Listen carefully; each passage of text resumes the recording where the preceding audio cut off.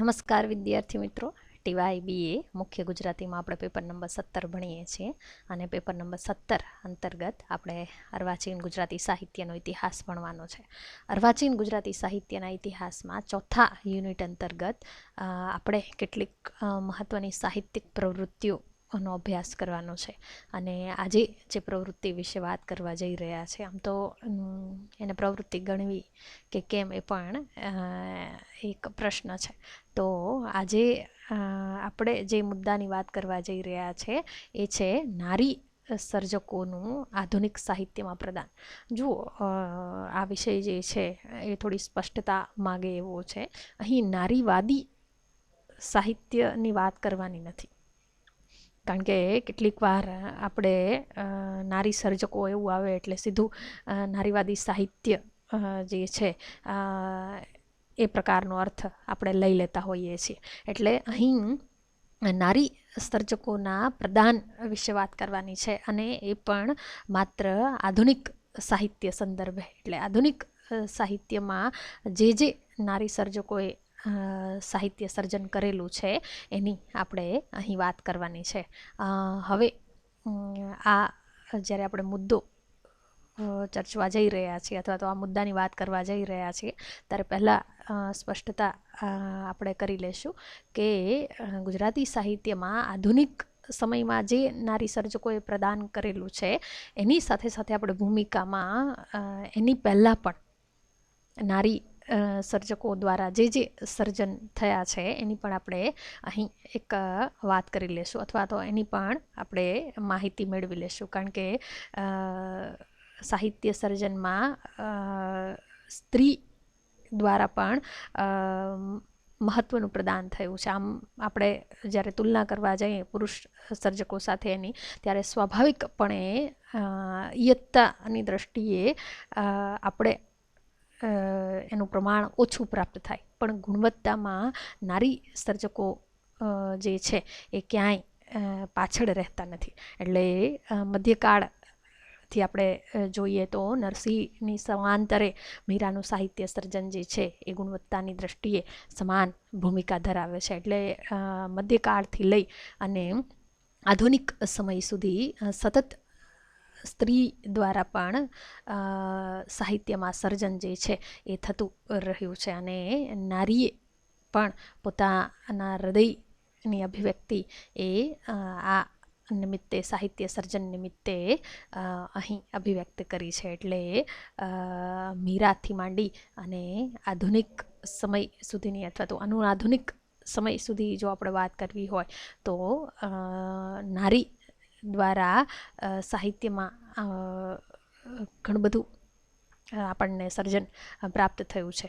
એટલે અહીં આપણે ભૂમિકા રૂપે કેટલીક જે અર્વાચીન કાળમાં, આમ તો મીરા તમે મધ્યકાલીન સાહિત્યમાં સ્ત્રી સર્જકોનું પ્રદાન જે છે મુદ્દો ભણીને આવ્યા છો. એમાં રતનબાઈ છે, પુરીબાઈ છે, મીરા તો પ્રમુખ સર્જકોમાંની એક છે.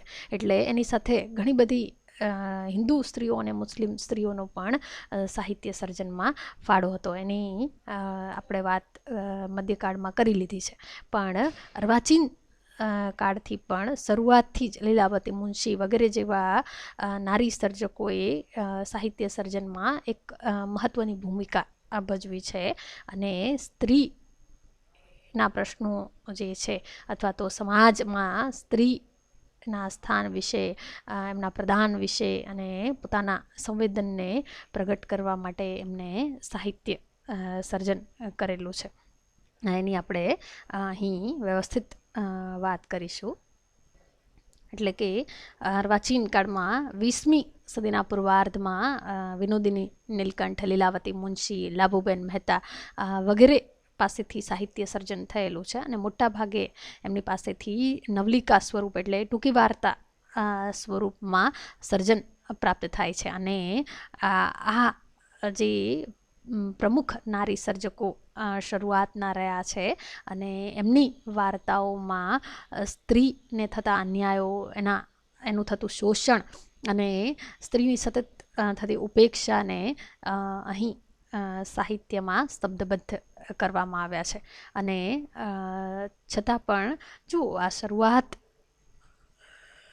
જે આ નારી સર્જકો છે એમાં ના સ્ત્રી પાત્રો જે છે આમ તો પિતૃ સતાક સમાજની પરંપરાગત માન્યતા ધરાવતા એક આદર્શ સ્ત્રી પાત્રો છે, આદર્શ નારી પાત્રો છે. એટલે અહીં સ્ત્રીના પ્રશ્નોને, એના શોષણને, એની ઉપેક્ષાને અહીં વાચા આપવામાં આવી છે. અને એમના સાહિત્યમાં મોટા ભાગે આદર્શવાદી નારી જે છે એનું એક ચિત્ર જે છે એ આલેખવામાં આવ્યું છે. અને ખાસ કરીને એમના સાહિત્યમાં પુરુષ સત્તા સમાજ સામે સમાધાન કરી લેતી નારીનું ચિત્રણ મોટા ભાગે કરવામાં આવ્યું છે. એટલે એ સમયની માનસિકતા જે છે એ અહીં આલેખાય છે. એટલે આપણે જોયું કે અર્વાચીન કાળથી આપણને નારી સર્જકો જે છે એ સાહિત્યમાં પ્રાપ્ત થતા રહ્યા છે. અને એ નારીની કલમે નારીના પ્રશ્નો અથવા તો એના પર થતા અન્યાય અને એના પર થતા અત્યાચારો અથવા તો એનું થતું શોષણ જે છે એ આલેખવામાં આવ્યું છે. પણ ક્યાંક ને ક્યાંક હજી સ્ત્રીનું સ્વતંત્ર સ્વરૂપ પ્રગટવાનું બાકી છે. અને એના પછી આપણને અનેક એવા નારી સર્જકો જે છે એ પ્રાપ્ત થતા રહ્યા છે. હવે એના પછી જે આપણે વાત કરવાની છે એ 1968 ના ગાળામાં એટલે 70ના દાયકામાં આપણને મહત્ત્વના પ્રતિભાવંત નારી સર્જકો પ્રાપ્ત થયા છે. અને એમાં કુંદનિકા કાપડિયા જે છે એ મહત્ત્વના નારી સર્જક તરીકે ઉભરી આવે છે. અહીં જો આપણે આધુનિક સાહિત્યમાં પ્રદાન કરનારા નારી સર્જકોની વાત કરવાની છે એટલે એ વાત તમારા ધ્યાનમાં હોવી જોઈએ. એટલે આપણે એક પછી એક જે નારી સર્જકો છે એના પ્રદાન વિશે માત્ર વાત કરવાની છે. અને એમના સાહિત્યમાં કયા પ્રકારનું સાહિત્ય અથવા તો કોને કેન્દ્રમાં રાખીને એમને સાહિત્ય સર્જન કરેલું છે એની આપણે અહીં વાત કરીશું. એટલે કુંદનિકા કાપડિયા જે છે એ આ સમયના મહત્ત્વના સાહિત્યકાર છે. પહેલાં આપણા આધુનિક સાહિત્યમાં પ્રદાન કરનારા મહત્ત્વના લેખિકા છે. એટલે તમને બધાને ખબર છે 1956 પછી જે છે આપણો આધુનિક સમય જે છે અથવા તો આપણો આધુનિક યુગ જે છે એ શરૂ થઈ જાય છે. એટલે 1956નો ગાળો જે છે એને આધુનિક યુગ માનવામાં આવે છે, એના પછીનો ગાળો. એટલે કુંદનિકા કાપડિયા આ દ્રષ્ટિએ આપણા પહેલાં આધુનિક લેખિકા છે. અને એમની પાસેથી મહત્ત્વની કેટલીક નવલકથાઓ પ્રાપ્ત થઈ છે. અને જે વિશેષ પ્રસિદ્ધિ પામી છે એવી નવલકથા છે એમની 7 પગલાં આકાશમાં. પણ એમની પહેલાં પણ એમની પાસે પરોઢ થતાં પહેલાં જેવી નાયિકા કેન્દ્રી નવલકથા પ્રાપ્ત થઈ છે. અને આ નવલકથા જે છે એની નાયિકા પણ જે આધુનિક અને શિક્ષિત હોવા છતાં આમ જીવનમાં એક જ વાર પ્રેમ થઈ શકે એવી પરંપરાગત માન્યતા ધરાવે છે. એટલે જુઓ હજી જાણે સંપૂર્ણ આધુનિક નારીનું સ્વરૂપ આપણે પ્રાપ્ત થવાનું બાકી છે. અને અહીં નારી શિક્ષિત છે છતાં પણ પરંપરાગત પોતાની જે માન્યતા છે, પોતાના વિશેની જે માન્યતા છે એને તોડી શકી નથી. એ પ્રકારની આ એક મહત્ત્વની નવલકથા આપણને અહીં પ્રાપ્ત થાય છે. પણ એના પછી એમની પાસેથી જે આપણને નવલકથા પ્રાપ્ત થઈ છે એ ખૂબ મહત્ત્વની છે 7 પગલાં આકાશમાં. અને એની નાયિકા જે છે એ વૈચારિક રીતે સંપૂર્ણ સ્વતંત્રતા ધરાવે છે. એટલે એના પછી ના જે લેખિકા છે એ છે વર્ષા અડાલજા. વર્ષા અડાલજાની વર્ષા અડાલજાએ પણ નવલકથા સ્વરૂપમાં મહત્ત્વનું પ્રદાન કર્યું છે. અને એમની પાસેથી મારે પણ એક ઘર હોય જેવી મહત્ત્વની નવલકથા પ્રાપ્ત થઈ છે. અને એની નાયિકા લીનાની અંતિમ મંજિલ એટલે પિતૃ સમાજે ઊભા કરેલા આદર્શ મુજબનો પત્ની અને માતાની ભૂમિકા જ જીવન સાફલ્યનો એક અનુભવ છે. જો એટલે પિતૃ સત્તાક સમાજે એક મૂલ્ય ઘડી દીધેલું છે કે સ્ત્રીના જીવનની સફળતા એટલે કે પત્ની અને માતાની ભૂમિકા ભજવવી, બસ. એના સિવાય એના જીવનમાં એને કશું કરવાનું નથી. અને આ રીતે એક નવો ચીલો ચાતરી શકે એવી શક્યતા આ નવલકથા દ્વારા ઊભી કરવામાં આવે છે. એટલે મારે પણ એક ઘર હોય, મારે આમે સ્ત્રી જ્યારે એ પરણેલી નથી હોતી ત્યારે એના પિતાનું ઘર હોય છે, અને પરણી જાય પછી એના પતિનું ઘર હોય છે, પણ એને તો જાણે એનું પોતાનું કોઈ ઘર નથી હોતું. પણ અહીં એ પ્રકારની પિતૃ સત્તાક સમાજનો વિરોધ કરવાની ભૂમિકા અથવા તો વિરોધ કરવાનો ભાવ જે છે એમની આ નવલકથામાં આ લેખાયેલો છે. એટલે અહીં જાણે કે એક સ્વતંત્ર થવા માટેની એક પહેલ થઈ ચૂકી છે. અને ત્યારબાદ વિનોદિની નીલકંઠની વાત આપણે શરૂઆતમાં કરી હતી કે જ્યારે આધુનિક યુગનો આરંભ થયો ત્યારે લાભુબેન મહેતા, વિનોદિની, નીલકંઠ, લીલાવતી મુનશી જેવા મહત્વના નારી સર્જકો આપણને પ્રાપ્ત થયા. અને એમની પાસેથી જે કેટલીક મહત્વની વાર્તાઓ મળી, ખાસ કરીને વિનોદિની નીલકંઠની કદલી વનમાં સ્ત્રી જીવનની સમસ્યાઓ અને પૂર્વથી આપણને રૂઢિગત જે કેટલાક કુરિવાજો સામે લડવાનું જે સ્ત્રીનું વલણ છે એ એમની આ વાર્તાઓમાં પ્રગટ થયેલું છે. તો કુંદનિકા કાપડિયાની જ્યારે આપણે વાત કરતા હતા કે આધુનિક યુગમાં પ્રથમ નારી સર્જક તરીકે આપણને કુંદનિકા કાપડિયાનો ઉલ્લેખ કરવો પડે. અને એમની પહેલી જે નવલકથા છે એની આપણે વાત કરી ત્યારે એ જાણે કે એમાં હજી સંપૂર્ણ આધુનિક અથવા તો સંપૂર્ણ સ્ત્રી સ્વાતંત્ર્યની વાત આવવાની બાકી હતી. અને એમના પછી જે એમની પાસેથી નવલકથા આપણને પ્રાપ્ત થઈ પરોઢ થતાં પહેલાં પછીની નવલકથા એ 7 પગલાં આકાશમાં, એટલે 1984માં કુંદનિકા કાપડિયા પાસેથી 7 પગલાં આકાશમાં જેવી મહત્વની કૃતિ પ્રાપ્ત થાય છે. અને એમાં નારીની વ્યક્તિગત અસ્મિતા જે છે એને વાચા પ્રાપ્ત થઈ છે. અને આ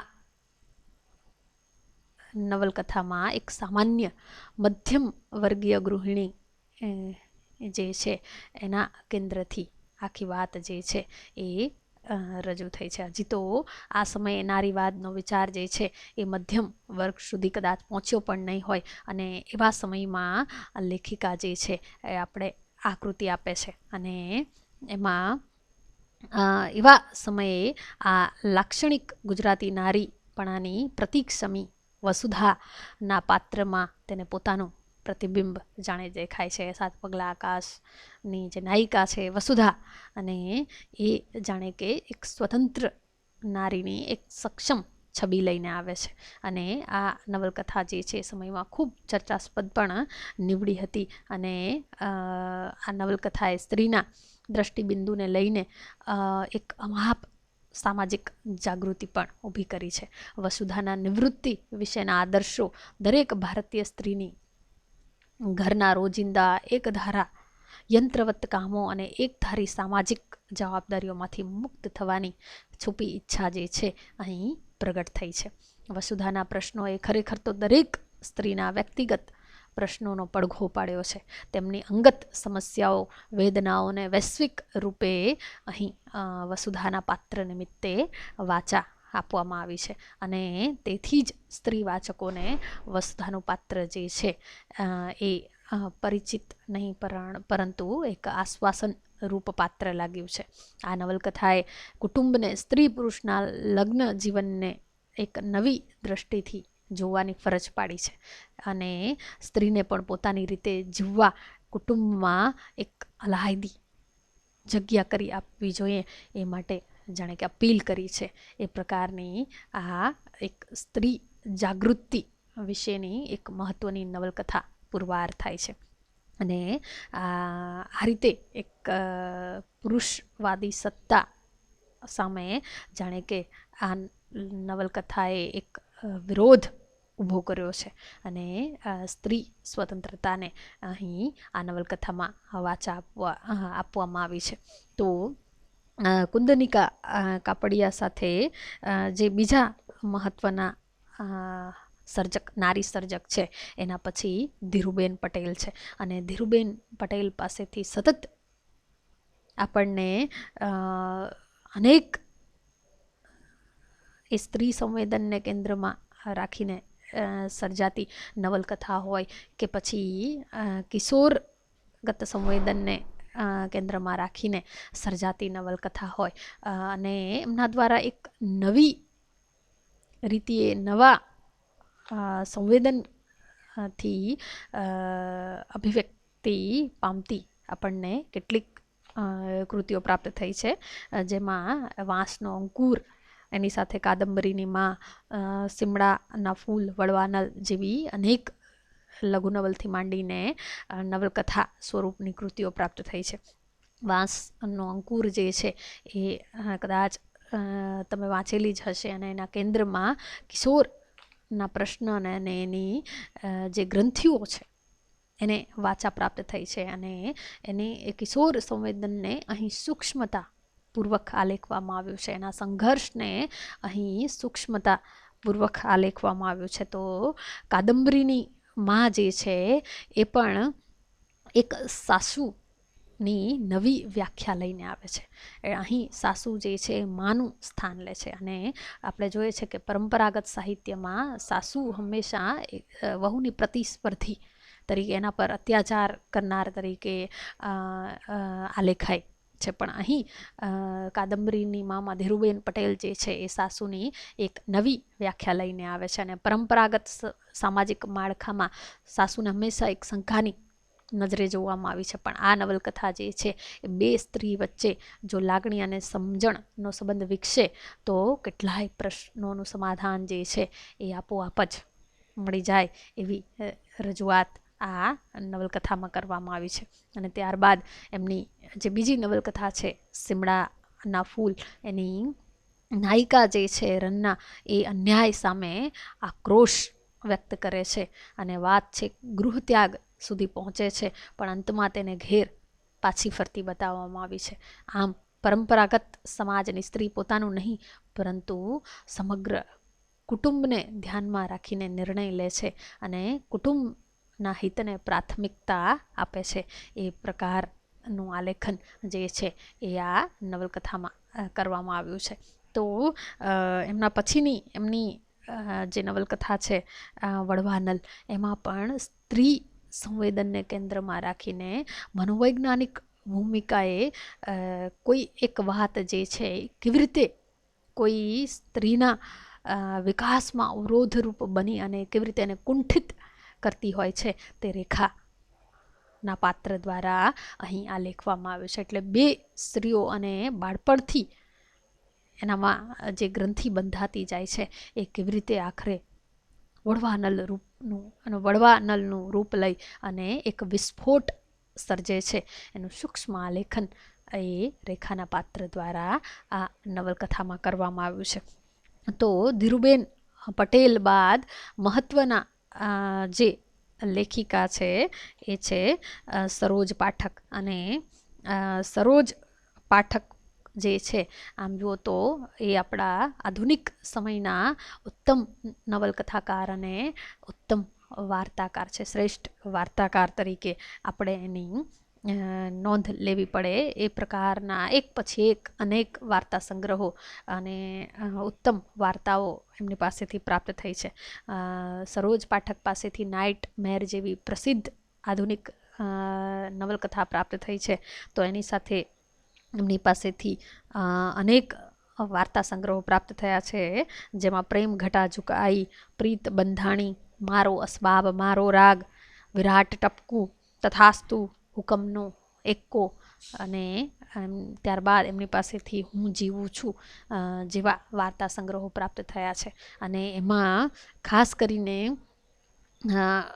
સ્ત્રીના જે પ્રશ્નો છે, સ્ત્રીની જે સંવેદના છે, એમની સ્વતંત્રતા છે, એમની સાથે થયેલા અન્યાયો, એમની સાથે થયેલું શોષણ, એને અહીં ખૂબ સંયમિત રીતે વાંચવામાં આવી છે. અને સરોજ પાઠકની વાર્તાના શીર્ષકો જે છે ખાસ કરીને આકર્ષક હોય છે, જે વાચકને વાંચવા માટે પ્રેરતા હોય છે. જેમ કે સારિકા પિંજરાવસ્થા, મારા ચરણ કળનમાં એટલે એક્સ્ટસી, ત્યારબાદ રાની વાલી પીનાજા વગેરે જેવા શીર્ષકો, તો ન કૌંસમાં ન કૌંસની બહાર, આ વાર્તાઓ જે છે એમની ઉત્તમ વાર્તાઓ છે. અને સારિકા પિંજરસ્તા વાર્તામાં પોતાના વ્યક્તિત્વના અનાદાર અને જન્મથી મૃત્યુ સુધી પરોક્ષ રીતે પિંજરામાં પુરાયેલી નારીનું અહીં કરુણ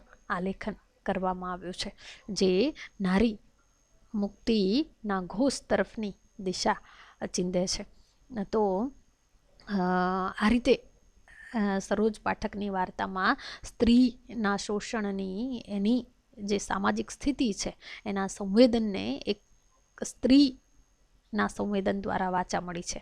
અને એની સાથે અહીં આલેખન જે છે ખૂબ સંયમિત આલેખન છે.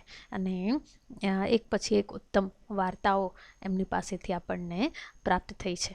તો સરોજ પાઠક પછી આપણા બીજા મહત્વના નારી સર્જક જે છે એ ઇલા આરબ મહેતા છે. અને ઇલા આરબ મહેતા પાસેથી મહત્વની જે કેટલીક નવલકથાઓ પ્રાપ્ત થઈ, એમાં 32 પુતળીની વેદના જે છે એમની મહત્વની ખૂબ જ પ્રસિદ્ધ નવલકથા છે.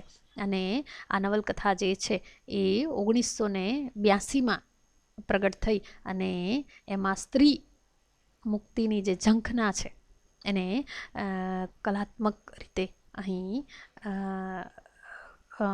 અભિવ્યક્ત કરવામાં આવ્યું છે. પુરુષ પ્રધાન સમાજ વ્યવસ્થામાં સ્ત્રીનો એક મનુષ્ય તરીકે સ્વીકાર થતો નથી, અને અસ્વીકારની આ વેદના એ અસ્વીકારની આ જે વેદના છે અને લેખિકાએ 25 જેટલા સ્ત્રી પાત્રો દ્વારા અહીં આકારિત કરેલી છે. એટલે નારી સુધારણાના વિવિધ સંકેતો લેખિકાએ અહીં અસરકારક રીતે રજૂ કર્યા છે.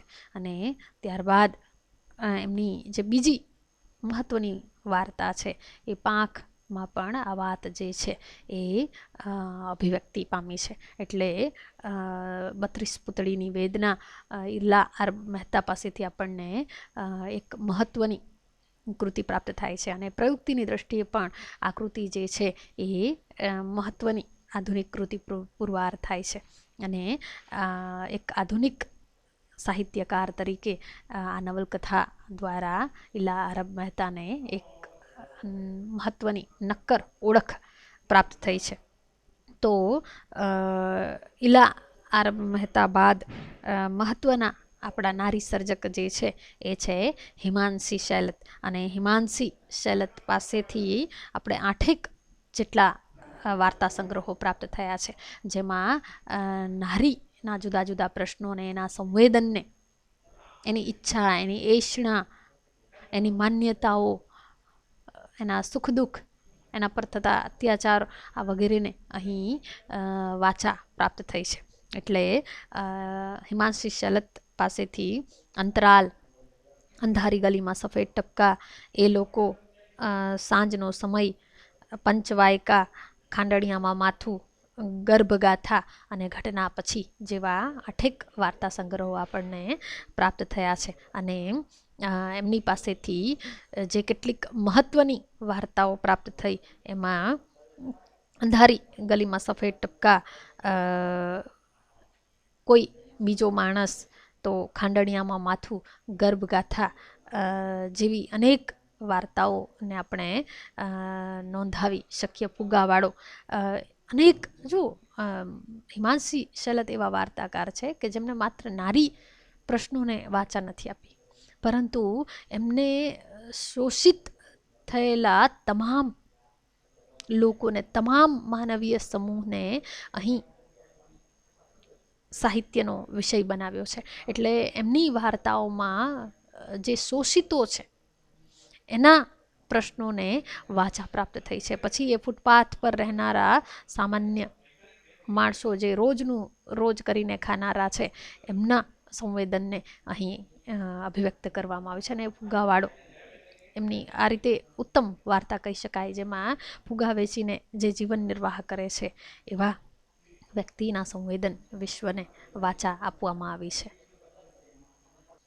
તો એમની જે બીજી વાર્તા છે બળતરાના બીજ, અંકબંધ, સુવર્ણફળ, એમાં નારીવાદી દ્રષ્ટિ જે છે એ ઘોષણા રૂપે નહીં પરંતુ સૂક્ષ્મ રૂપે નિરૂપણ પામી છે. અને એ દ્રષ્ટિએ પણ હિમાંશી શેલત જે છે નારીના પ્રશ્નોને સંયમિત રીતે કડાકીય રૂપે સાહિત્યમાં વાચા એમના દ્વારા પ્રાપ્ત થઈ છે. અને એ દ્રષ્ટિએ આધુનિક સાહિત્યકારોમાં નારી સર્જક તરીકે આપણા એ પ્રમુખ સર્જક રૂપે પુરવાર થાય છે. તો હિમાંશી શેલત બાદ આપણા મહત્વના નારી સર્જક જે છે એ બિંદુ ભટ્ટ છે. અને બિંદુ ભટ્ટ પાસેથી આપણને એક પછી એક ઉત્તમ નવલકથાઓ પ્રાપ્ત થઈ છે, જેમાં મીરા યાજ્ઞિક ડાયરી જે ખૂબ જ પ્રસિદ્ધ છે. અને બિંદુ ભટ્ટ જે છે એવા વણ સ્પર્શ્યા વિષયો જે છે પોતાના સાહિત્યમાં પસંદ કરે છે. અને એમની પાસેથી પહેલી જ જે ખૂબ ચર્ચાસ્પદ નવલકથા આપણને પ્રાપ્ત થઈ એ મીરા યાજ્ઞિકની ડાયરી, જેમાં લેસ્બિયન સંબંધ ને વિષય તરીકે સ્વીકારવામાં આવ્યો છે. એટલે આવા વિષય પસંદગી માટે પણ આપણે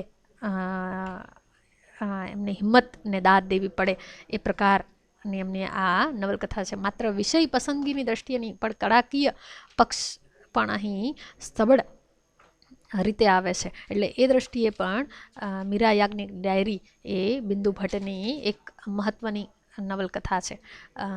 ત્યારબાદ એમની પાસેથી બીજી મહત્વની નવલકથા જે પ્રાપ્ત થઈ છે એ છે અખેપાત્ર. અને અખેપાત્ર જે છે સાહિત્ય અકાદમી પુરસ્કૃત નવલકથા છે.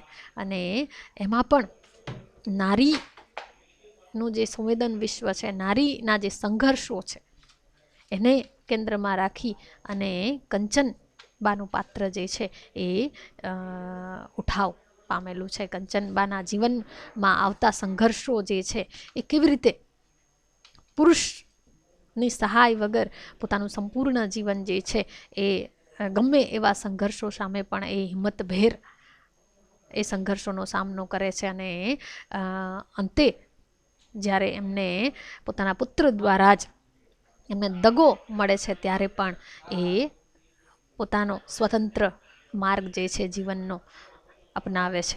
એટલે એ રીતે અહીં સક્ષમ નારીના ચિત્રો અથવા તો સક્ષમ નારીના પાત્રો જે છે એ બિંદુ ભટ્ટની નવલકથા એમના સર્જન દ્વારા આપણને પ્રાપ્ત થયા છે.